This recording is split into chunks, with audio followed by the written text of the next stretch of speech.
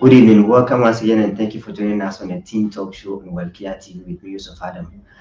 It is another Saturday evening, and as usual on the program, we hold discussions on social issues and issues preventing the society from functioning at an optimal level. Do also start every Saturday on our Facebook page at Welkia TV, and do subscribe to our YouTube channel at Welkia TV. Today on the program, I'm going to hold discussions on cyberbullying, but I'm further going to talk about why people engage in cyberbullying and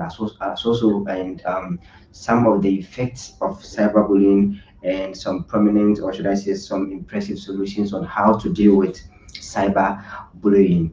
But before we begin the program, I do want to remind our audience about an excellent opportunity to showcase your brand and businesses. You can be a sponsor or a co-sponsor of this program by contacting by visiting our Facebook page at Welkia TV, and do contact any of our administrative numbers or email on our Facebook page at Welkia TV. To begin with, cyberbullying as a topic, but cyberbullying can simply be described as um, the bullying with the use of digital technologies. So basically, like to harass people, to insult people with the use of social media, chatting platforms, gaming platforms, and even a mobile phone. But basically, cyberbullying, it is the repeated behavior aimed to scare people or to harass people or to shame others who are the target. So basically, cyberbullying can be explained as the use of digital technology to harass people or to abuse people or to humiliate others. And this could be either on young adults or any other adults. So to begin with, what are some examples of cyberbullying? I can cite example as the spreading of lies or posting embarrassing photos and videos of other people on social media. So if let's say literally someone begins to spread false information about others or spreading videos or photos about them which is harassing, that could be an example of cyberbullying. as well as sending hurtful or abusive or threatening messages, images or videos in messaging platforms. So, for example, let's consider Facebook as an example. When people begin to share abusive or threatening messages to people, that can also be an example of cyber bullying. Finally, sending messages on behalf of other people or using other people's identity to send messages or to gain or to fraud other people is also termed or is also an example of cyber bullying. But why do people engage in cyberbullying, or should I say, what are the causes? Why would people intentionally begin to, okay, let's harass people or let's share false information about people on social media with the aim of scaring them or humiliating them? But first of all, a lack of empathy. When people don't have the concept of different perspectives, when people begin to share false information about people, or when people begin to harass others using social media, it is a lack of empathy, because such people don't have this concept of different perspectives, and therefore they tend to begin to spread rumors or false information about others, either based on a disagreement or based on their own personal or selfish interest. Furthermore, when people feel like the victim deserves it. So, for example, let's say there is a scandal concerning a manufacturing company which is well spread, or which went viral, and people, or should I say some individuals who are targeted, begin to share the scandal about certain company or an individual or a coalition. They feel like, okay, this individual deserves to be bullied through cyber bullying or through social media because it is a scandal, or it is something which is well known, or it is something which was published and which went viral, and therefore they feel like such individuals or such organizations deserves it. So sometimes people engage in cyberbullying because they feel like the target or the individual deserves it.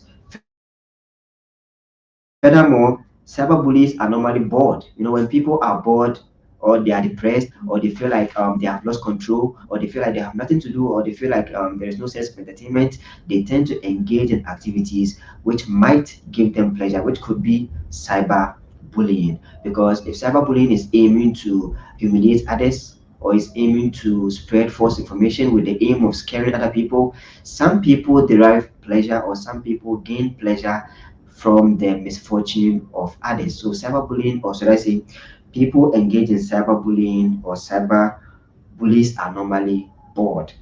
And furthermore, some of the causes could be cyberbullies think everyone is doing it.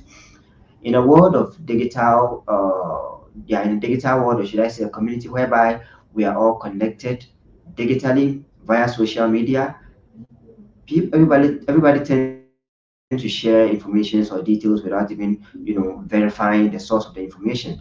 So people sometimes engage in cyberbullying without a notice or with a belief that everyone is doing it, or should I say everyone is spreading information, everyone is doing this and everyone is doing that, and therefore they feel like since everyone is engaged in spreading information on social media, okay, I can also freely share information on social media without any regret or without thinking twice about the information.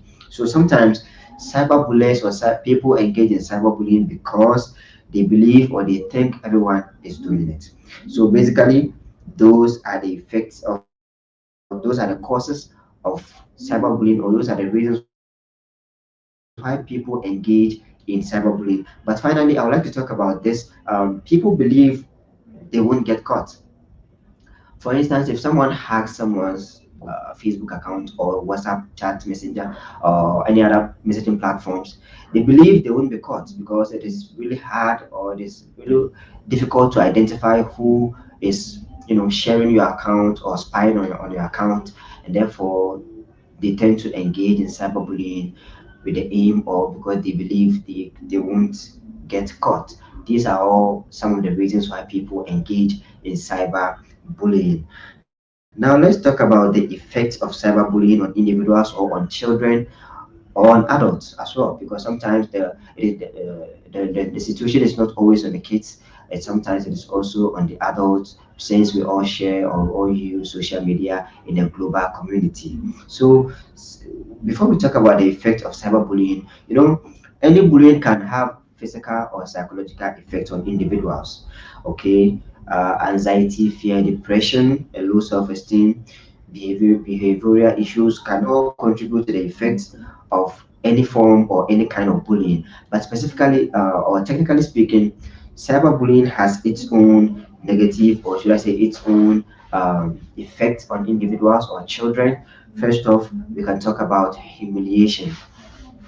People feel humiliated when you harass them in public. People feel humiliated when you harass them on social media.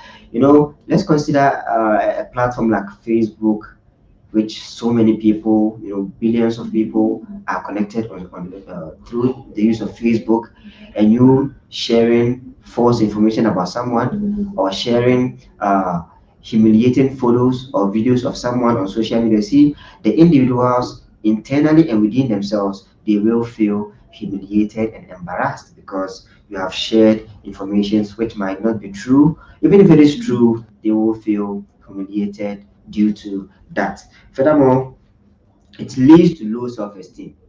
When people tend to share false information, or when people are victims of cyberbullying, they tend to have a low self-esteem. They tend to believe that since I have been embarrassed, or since I don't have a good reputation in people anymore, then I can't do anything meaningful again. I'm not worth it.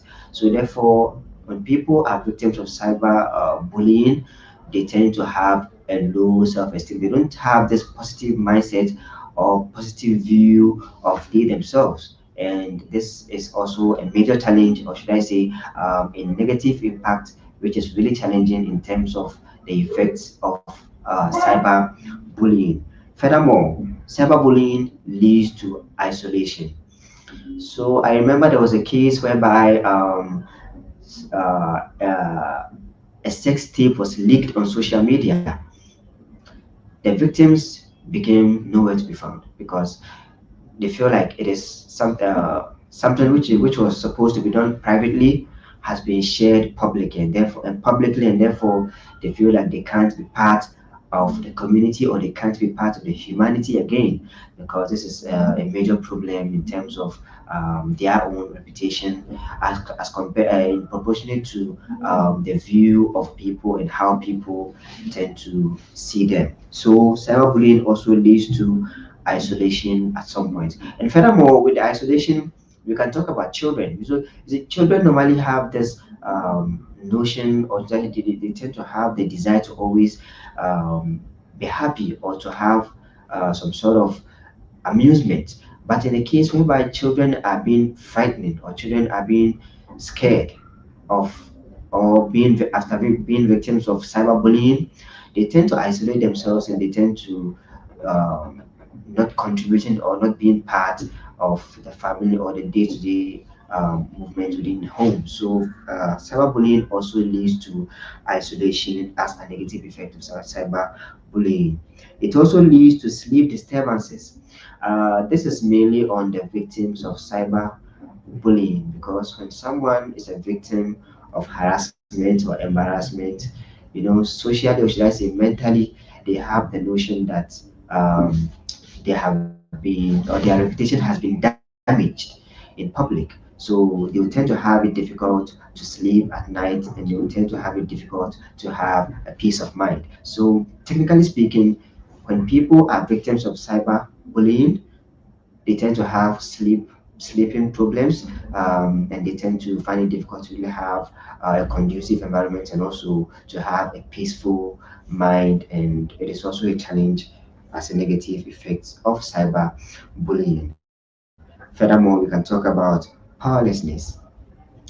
If, let's say, a community of 20,000 people have, or should I say, have a secret of one individual, the community wouldn't have a positive view about that individual. Let's say, for example, in a community whereby someone's embarrassing video has been leaked within the public, in terms of the day-to-day administration, or in terms of decision making, or in terms of finding solution, or in terms of contributing to the national, to the communal labor, or in terms of finding the views of people, such individuals will be excluded, because the public has the view that this guy has a bad reputation, and we can't count on him on any instance. And that is also a problem in terms of having the positive mindset, or in terms of having power, or contributing to decision making in any given environment or community. At some point, even within the families, individuals who are well known as prostitutes wouldn't be classified, or wouldn't be considered as, or their views wouldn't be considered within the family. And this is also a challenge in terms of embarrassing people, or sharing people's embarrassing videos on social media or in other messaging platforms. And then finally, with the effect, it leads to suicidal thoughts and self-harm. And with this, sometimes people fall into drug misuse or alcohol usage. When people feel the sense of my reputation has been destroyed, let's say on social media, or on Facebook, or on YouTube, they tend to have this thought of self-harm. They tend to, let's say, what if I'm even not part of the community anymore? What if I no longer exist? So this is also a problem, or effects of cyber bullying. Now, having known the causes and the effect of cyberbullying, now let's look at how to deal with cyberbullying. You know, any given situation has its own impressive solutions, but with cyberbullying, how do we deal with cyberbullying? What are the measures? How do we control? How do we, you know, stay along with the system, even if we are victims of cyberbullying? First off, we don't have to retaliate, or we don't need to share any nasty post in response. You need to walk away and report the bullying. When people begin to share false information about you, or when people begin to spread rumors, or when people begin to spread embarrassing photos or videos about an individual, the first thing to do is not to retaliate. It is okay, or it is normal to just walk away, to just ignore, or the best you can do is to report the bullying. Now, on social media platforms, their privacy policy enables us to report any sort of video which we find displeasure, or which we find embarrassing, or which we find affecting us in a negative way. The social media platform, for instance, Facebook, gives us the option to report such videos, and therefore it is okay to report any sort of bullying we come across, being it racial, being it any sort of bullying. It is okay to report the bullying, but the best thing is not to reply to such people or not to retaliate when people engage in cyberbullying, which is, let's say, if we are the target, we don't have to retaliate and we don't have to sort of respond to them in any way. So basically, the first thing to do is to walk away and report the bullying. Furthermore, you don't need to take rude comment personally nor doubt your views. With this, it is some psychological, from the psychological point of view, we need to have we should be vigilant, and we should have to have this positive mindset in terms of any situation. If people begin to let's say share rude comments or begin to have this negative view of you to the public, or sharing it to the general public, the first thing to do is you need to avoid, or you don't need to have take it personally. Yeah, because the moment you begin to take it personally, that is when you begin to fall short. That is when you begin to lose your self-esteem. That is when you begin to doubt your mindset. That is when you begin to question your abilities and your capabilities. And then with this, you begin to see everything as a weakness. So the first thing to do, or should I say, my next point on how to deal with cyberbullying is to always not to take such things personal, not to consider it as not to doubt your views or your beliefs when people begin to abuse you on social media, or when you fall as a victim of cyberbullying. What you have to do is not to take it personally, and also have a positive mindset and free your mind from being distracted by these individuals who are engaging in cyberbullying. Furthermore, do not read offending comments over and over again. You don't need to stress yourself reading what someone has posted negative about you. That could even affect you for a lifetime. In some cases, there are those who can't control their emotions. So when you begin to read negative stuff over and over and over again, that will affect your mindset, and that will really have a negative impact on your productivity, because you begin to doubt yourself and you begin to have this feeling that you have no value. And that is what the cyberbulliers want. They want you to feel like you have no value. They want you to begin to question yourself. So what you have to do is do not read these comments over and over and over again, and do not stress yourself thinking that reading or viewing such photos and videos of people who are embarrassing or harassing you in public. Moreover, you need to understand that not everyone has the same beliefs and views. When I begin this discussion, I did mention about a lack of empathy. People engage in cyberbullying because of lack of empathy. Even before you argue with people, you need to first of all understand that such people uh, have are mentally mature to understand the concept of different perspectives. So when I begin this discussion, I mentioned something about a lack of empathy as a cause of cyberbullying. But how to deal with cyberbullying, you need to understand that not everyone has the same views and thoughts and beliefs as you do. Not everyone will agree with you on everything. Not everyone will even like your thoughts and views. And literally, not everyone will agree to what you have to say. So, if we have this concept, if we have this belief, and we have this notion within ourselves, I think it is an impressive measure to help relieve or stay away, or deal with cyberbullying. In the first place, someone who is engaging in cyberbullying aims to scare you, or aims to harass you, or aims to humiliate you. What you have to do is understand that not everyone has the same belief as you, and not everyone is gonna kind of accept what you have to say or accept your point of view. So technically speaking, the right thing to do is abstain and just consider it's okay not to have not to be on the same page with any other individuals. But finally, the best advice now is to take a technology break. Sometimes we tend to be social media addictive, and this is a problem. We have to take a social media break. Sorry, we have to take technology break in regards to how we use our cell phones, how we interact on social media, how we even use our computers. computer systems at home, how we watch the TV, we have to take technology break as to sort of relieve our mind or have a positive mindset when we are victims of cyberbullying. In the first place, when I'm not always on social media, when I'm not social media addictive, even when people post negative stuff about me, I wouldn't know. Literally, I wouldn't know when people post negative stuff about me. So it is always a good idea to have limits in our day-to-day routine, have limits in how we engage or how we interact with technology, specifically our cell phones, and with the cell phones, our social media platforms, how we engage, we have become really social media addictive. We can't live without being on social media.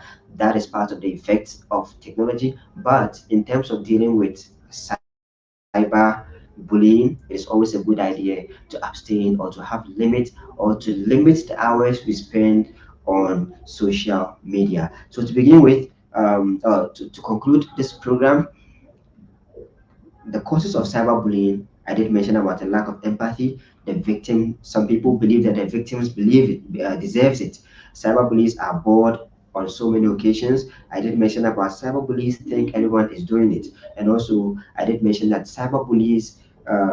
those who engage in cyberbullying, believe that they won't get caught. With the effect, I did mention about humiliation, the low self-esteem, isolation, sleep disturbances, and powerlessness, and social suicidal thoughts and self-harm, which are all effects of cyberbullying. Finally, with the solutions, I did mention about we need to sort of not to retaliate whenever people abuse us, either racially. Not We don't need to retaliate with nude post or nasty comments in response. We don't need to take rude comments personally, and also we don't need to stress ourselves reading all this negative informations about us over and over and over again. We don't need to do that because that would affect you psychologically and your behavioral